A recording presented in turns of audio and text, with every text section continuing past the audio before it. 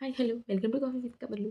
ఈరోజు మనం the great pre wedding show అనే మూవీ కోసం కబుర్లు చెప్పుకుందాం. Streaming on ZEE5. Total 2 hours ఉందండి మూవీ. మూవీ చూసాక ఏమనిపించిందంటే, యాక్చువల్లీ నేను ఈ థియేటర్లో మిస్ అవ్వలేదు.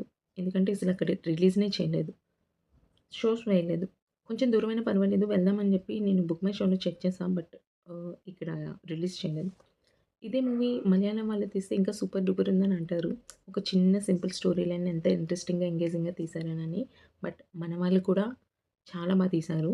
మనం ఇంకా ఇలాంటి మూవీస్ ఇంకా ఇంకా ఎంకరేజ్ చేయాలి అనిపించింది. ఇదొక రూరల్ బ్యాక్‌డ్రాప్‌లో జరిగే సింపుల్ బ్యూటిఫుల్ ఫిల్మ్ అండి. చాలా న్యాచురల్‌గా, ఇంట్రెస్టింగ్‌గా, ఎంగేజింగ్‌గా ఉంది. మ్యూజిక్ బై సురేష్ బొబ్బిలి చాలా బావుంది. అండ్ క్యారెక్టర్స్ అయితే పర్ఫార్మెన్స్ వైస్ అందరూ చేశారు. అండ్ ఆ క్యారెక్టర్స్ ఆనంద్, రమేష్, హేమ, సౌందర్య చాలా చాలా బావున్నాయి. వీళ్ళే కాదు వీళ్ళ పేరెంట్స్ అండ్ ఫ్రెండ్స్ ఆ క్యారెక్టర్స్ కూడా చాలా బావుంటాయి.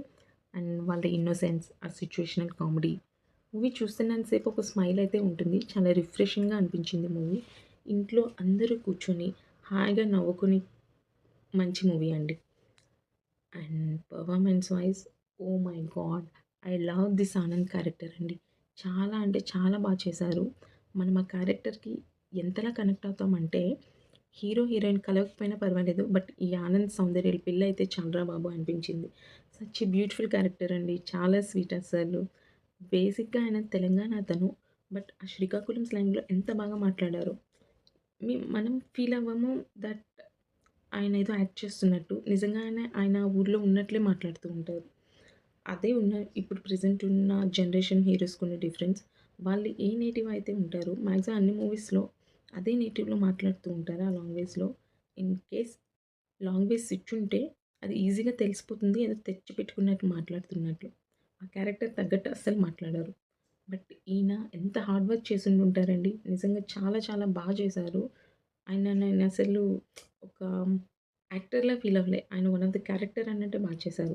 'తిరివీర్' గారు చెప్పక్కర్లేదు. We already know him. Yeah! ఆయన ఈజీగా పుల్ ఆఫ్ చేసేయగలరు ఇలాంటి క్యారెక్టర్స్ అన్నీ. బట్ నేనైతే ఈ ఆనంద్ క్యారెక్టర్ చేసిన 'నరేంద్ర రవి' గారినైతే అస్సలు ఎక్స్‌పెక్ట్ చేయలేదు. నాకు మూవీ చూస్తున్నంత సేపు ఎందుకో నేను ఆ క్యారెక్టర్‌తోనే ఎక్కువగా కనెక్ట్ అయ్యాను. కనెక్ట్ అయ్యాను. I really love that character also. చాలా నచ్చింది. మీ అందరికి కూడా నచ్చుతుందనుకుంటున్నాను. సో, నెక్స్ట్ టైమ్ మరో మూవీ కబుర్లతో మళ్ళీ కలుద్దాం. అంతవరకు ఉంటాను. Take care. టాటా.